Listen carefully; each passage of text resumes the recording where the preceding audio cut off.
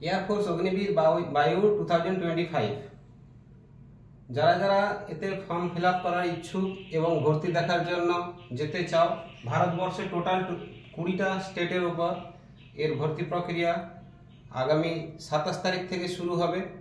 তো যারা যারা যেতে চাও, স্টেশনের সমস্ত স্টেট কোন কোন জায়গায় কন্ডাক্ট হবে, 20টি জায়গায় কন্ডাক্ট হবে। 20টি জায়গার মধ্যে তোমরা কটা জায়গায় যেতে পারবে কি যেতে পারবে না, পাশাপাশি স্টেটে কি যেতে পারবে কি যেতে পারবে না, সমস্ত ডিটেলস কিন্তু টেলিগ্রাম গ্রুপে তোমাদের নোটিফিকেশনের মাধ্যমে দেওয়া রয়েছে।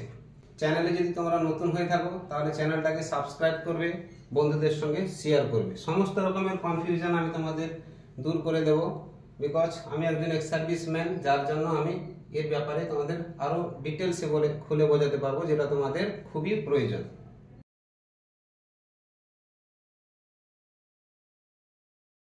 গুড মর্নিং ফ্রেন্ডস, আমি আজকে তোমাদের সবাইকে এয়ারফোর্স অগ্নিবীর যে বায়ু ভর্তি এই সম্বন্ধে বিশেষ কিছু জিনিস নিয়ে আলোচনা করব। তোমরা ভিডিওটা শেষ পর্যন্ত দেখতে থাকবে। অনেক ছাত্রছাত্রী এখানে কনফিউশন রয়েছে যে কোথায় অ্যাকচুয়ালি ব্যারাকপুরে ভর্তি না উড়িষ্যায় ভর্তি অ্যাকচুয়ালি কবে, 2 তারিখ না 27 তারিখ। তো এই সমস্ত সংশয় তোমাদের আমি দূর করে দেবো আজকে ভিডিওর মাধ্যমে।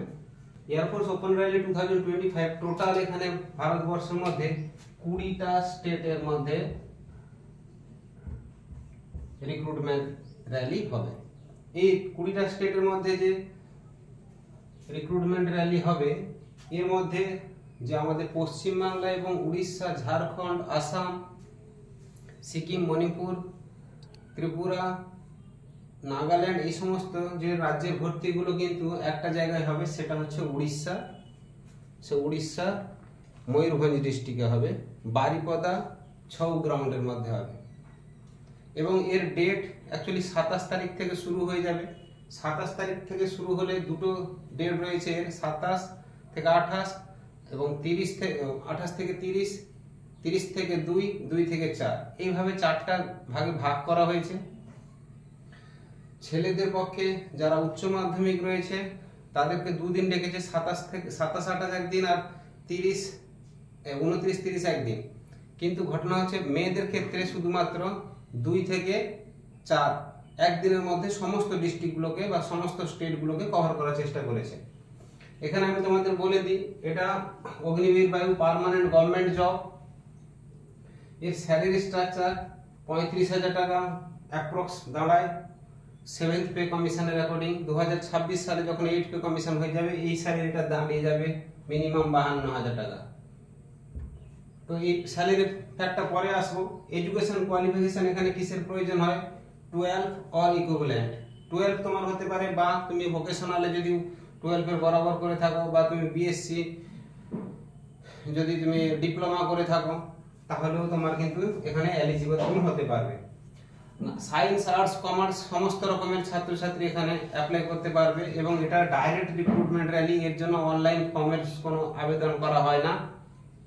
যেখানে র্যালিটা কন্ডাক্ট হবে, ভারতবর্ষে এই কন্ডাক্টটা হয়েছে কেন, বিভিন্ন ক্ষেত্রে বিভিন্ন স্টেশনে, এয়ারপোর্ট স্টেশনে ছাত্রছাত্রী বা সৈন্যের অভাবের জন্য এই রিক্রুটমেন্ট র্যালিগুলো হয়ে থাকে। স্টেট এর নোটিফিকেশন সমস্ত আমি টেলিগ্রাম চ্যানেলের মধ্যে দিয়ে দিয়েছি। তোমরা নোটিফিকেশনটাকে ভালো করে রিড করবে, তারপরে তোমরা এই কাজের জন্য এগোবে। কিন্তু এই কাজ এগোনোর জন্য তোমাদের হাতে বিশেষ কিছু সময় নেই, মাঝে মাত্র 4টি দিন রয়েছে। যে সমস্ত বাচ্চারা ডোমিসাইল সার্টিফিকেটটা করে নিয়ে আছে বা বানিয়ে নিয়েছে, তাদের পক্ষে কিন্তু এটা যেতে সুবিধা হবে। না হলে এই 2-4 দিনের মধ্যে কিন্তু ডোমিসাইল সার্টিফিকেট বানানোটাও যথেষ্ট কষ্ট, তাহলে এই রিক্রুটমেন্ট র্যালির অ্যাডভার্টাইজমেন্ট দেখাটাও বৃথা। যাই হোক, এটা পরপর হতে থাকবে এবং আগামী দিনেও হতে থাকবে, তোমাদের তার জন্য জেনে নেওয়া অতি অবশ্যক। তারপর এজ ক্রাইটেরিয়া রয়েছে 17 থেকে 21 ইয়ার, মেল এবং ফিমেল উভয়। যার ডেট অফ বার্থটা রয়েছে যেহেতু 1 জুলাই 2005 থেকে 1 জুলাই 2008, এর থেকে একদিন আগেও হবে না, একদিন পরেও হবে না। কিন্তু ডকুমেন্টস কি লাগবে, প্রথম হবে তোমাদের ডকুমেন্টস ভেরিফিকেশন, তারপর হবে ফিজিক্যাল, তারপর হবে অ্যাডাপ্টিবিলিটি টেস্ট, রিটিং টেস্ট, তারপর মেডিকেল এন্ড জয়েনিং। এই প্রসেসটা হতে কমপ্লিটলি 1.5 মাসের মতো সময় লেগে যায়। এই 1.5 মাসের মধ্যেই কিন্তু তোমাদের হয়ে যাবে। তার জন্য একদিন বা 2 দিনের কন্ডাক্টিং এর মধ্যেই তোমাদের এই সমস্ত প্রক্রিয়াগুলো কিন্তু হয়ে যায়। ফিজিক্যালের মধ্যে তোমাদের রয়েছে 1600 মিটার রান ছেলে এবং মেয়ের ক্ষেত্রে 7 মিনিট, মেয়েদের ক্ষেত্রে 8 মিনিট। ছেলের ক্ষেত্রে পুশ আপ, সিট আপ এবং স্কোয়াট রয়েছে, মেয়েদের ক্ষেত্রে পুশ আপ নেই, সিট আপ এবং স্কোয়াট হয়ে থাকে। এক্সামটা হবে ওএমআর বেস এক্সাম, কিন্তু এই এক্সাম হওয়ার আগে একটা অ্যাডাপ্টিবিলিটি টেস্ট রয়েছে, যে টেস্টের মাধ্যমে তোমাকে ক্লিয়ার করতে হবে। ওই টেস্টটা তোমার 20 নাম্বারের হবে। এই 20 নাম্বারের মধ্যে তোমাকে মিনিমাম 50% পেতে হবে, সেটা যেখান থেকে হোক। এই জিনিসটা কিন্তু জেনে রাখবে তুমি। এই বিষয়ে আমি ভিডিও শেষের দিকে আলোচনা করব, অ্যাডাপ্টিবিলিটি টেস্টটা কি হয় সেটা তোমরা ভালো করে মন দিয়ে শুনবে। ডকুমেন্টেশন কি হয়েছে, যে তোমার সমস্ত সার্টিফিকেটের মধ্যে তোমাকে মিনিমাম 50% এগ্রিগেট নাম্বারস ক্যারি করতে হবে এবং 50% তোমাকে ইংলিশে ক্যারি করতেই হবে। ফটো তোমাকে 10 কপি নিয়ে যেতে হবে, এডুকেশন সার্টিফিকেট সমস্ত অরিজিনাল এবং 4 কপি তার জেরক্স নিয়ে যেতে হবে।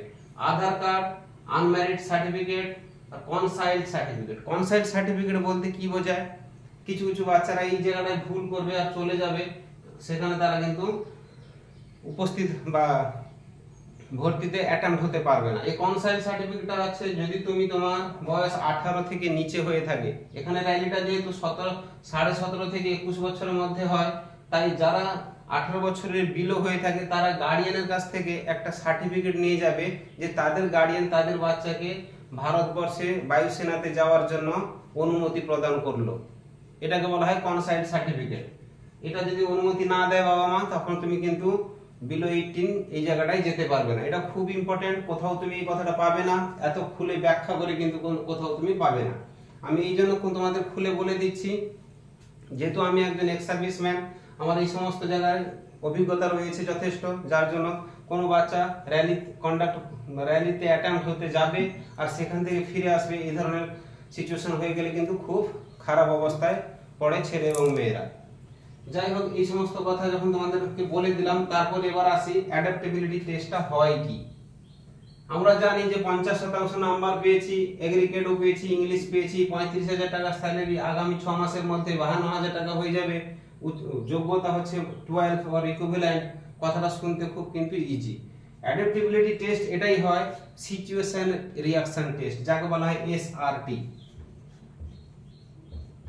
এই এসআরটিটা অ্যাকচুয়ালি এসএসবি ইন্টারভিউর মাধ্যমে হয়। যারা ইউপিএসসি দিয়ে থাকে তারা জানে, আর যারা ইউপিএসসি দেয় না তারা কিন্তু এই ব্যাপারটা জানে না। এসআরটি কোশ্চেনটা কি হবে, তোমাকে কিছু একটা জিনিস পড়তে দেওয়া হবে, সে পড়তে দেওয়ার পরে তোমাকে কাগজ পেন দেওয়া হবে, তোমাকে ওর সম্বন্ধে কিছু লিখতে হবে এবং একটা গ্রুপ ডিসকাশন করতে হবে। ওই গ্রুপ ডিসকাশন করার সময় এখানে সিলেকশন নেওয়ার সবথেকে সহজ যেটা উপায় সেটা আমি বলে দিচ্ছি। অ্যাডাপ্টেবিলিটি টেস্টে যদি তুমি পাস করতে চাও, তাহলে যেভাবে হোক তুমি প্যারাগ্রাফটা রিডিং পড়বে, রিডিং পড়ে কাগজে কিছু কথা লিখবে এবং নিজের পরিচয়টা ভালোভাবে নিজেকে মুখস্থ করে নিতে হবে ইংলিশে। নিজের পরিচয়টা যদি তুমি ইংলিশে লিখে নাও বা পড়ে নাও বা ভালো করে রপ্ত করে নাও, কোথাও যদি না আটকাও, ভালো যদি তোমার স্পিচ থাকে এবং ভয়েস যদি লাউড থাকে, তাহলে কন্ডাক্টিং অফিসার্স যারা থাকে তারা 20 জনের ব্যাচের মধ্যে বা 10 জনের ব্যাচের মধ্যে তুমি যখন অ্যাডাপ্টেবিলিটি টেস্টটা দেবে, তখন তোমার যেন আই কন্টাক্ট বাকি সমস্ত ছাত্রদের সঙ্গে থাকে। তুমি যেন প্রেজাইডিং অফিসারের দিকে না তাকাও। যদি তুমি একবারও প্রেজাইডিং অফিসারের দিকে তাকিয়ে ফেলেছো, তাহলে তুমি কিন্তু ফেল হয়ে যাবে। এই কথাটা মাথায় রাখবে বন্ধু আমার, না হলে খুব ঠকে যাবে। সমস্ত কিছু জায়গায় তুমি হয়তো কোয়ালিফাই হয়ে যাবে, কিন্তু অ্যাডাপ্টেবিলিটি টেস্টে তুমি কিন্তু ফেল হয়ে যাবে। তাই যে যাই পড়ো, ধরো দুর্গাপূজার ব্যাপারে দিয়েছে তো দুর্গাপূজার ব্যাপারেই পড়ো তুমি, কিন্তু দুর্গাপূজার ব্যাপারে ক্লাসকে পরে বোঝাবে, আগে নিজের পরিচয়টা বলবে। সেখানে নিজেকে সেখানে পরিচয়টা বলে সমস্ত স্টুডেন্টের কাছে, তারপরে গিয়ে তুমি দুর্গাপূজা, তারপরে বলবে যে আমি তোমাদের সামনে আলোচনা করতে চাইছি আজকে দুর্গাপূজার বিষয়ে। আগামী দিনে অক্টোবর মাসের দিকে আমাদের দুর্গাপূজা হয়, দুর্গাপূজাটা এই ব্যাপারে হয়। এই সমস্ত ব্যাপারটা তুমি পরে বলবে, কিন্তু আগে পরিচয়টা একদম ক্লিয়ার দেবে, নিট অ্যান্ড ক্লিন দেবে, ভয়েসটা যেন তোমার লাউড থাকে আর আই কন্টাক্ট যেন তোমার ছাত্রদের মধ্যেই থাকে। এই জায়গাটা যদি তুমি করে দিতে পারো, তুমি কি বলেছো কি না বলেছো, তোমার স্ট্যান্ডিং ইন এবং ওয়ে অফ টক, এই দুটো জিনিস যদি তোমার কনফিডেন্সের সঙ্গে থাকে, তখন কিন্তু তুমি অ্যাডাপ্টেবিলিটি টেস্ট পাস হয়ে যেতে পারবে। তারপরে থাকবে তোমাদের রিটেন এক্সাম, যেটা ওএমআর বেসে হবে। ওএমআর বেসে হলে তোমার রিটেন এক্সামটা যে যার নোটিফিকেশনে রয়েছে কি কি সাবজেক্টের উপর রয়েছে, সেটা আমি আমার টেলিগ্রাম চ্যানেলে দিয়ে দিয়েছি, সেটা তোমরা দেখে নিতে পারো। নোটিফিকেশনে কি আছে, কোন কোন সাবজেক্টের উপর তোমাদের পরীক্ষা হবে। তো আশা করি তোমরা এই জিনিসটাকে নিয়ে বিশেষ বুঝতে পারলে। অনেকগুলো ইউটিউব চ্যানেল তোমরা দেখছো, হয়তো কোথাও কিন্তু ক্লিয়ার ভাবে এভাবে ডিসকাশন করা নেই। কেউ কোথাও কোথাকার কথা বলছে, কেউ কোথাকার কথা বলছে। আমি তোমাদের বোঝাতে পেরেছি কিনা জানি না, বা তোমরা বুঝতে পেরেছো কিনা জানি না। যদি তোমরা বুঝতে না পেরে থাকো তাহলে কমেন্টে এসে তোমরা কিন্তু কমেন্ট করো। আর যদি তোমরা ভিডিওটা সম্পূর্ণভাবে বুঝতে পেরে গেছো যে কোন কোন সিচুয়েশনের মাধ্যমে তোমাকে এখান থেকে বেরোতে হবে, সেই সমস্ত কথা যদি তুমি সঠিকভাবে বুঝতে পেরে থাকো তাহলেও কমেন্টে জানাবে যে তুমি বুঝতে পেরেছো।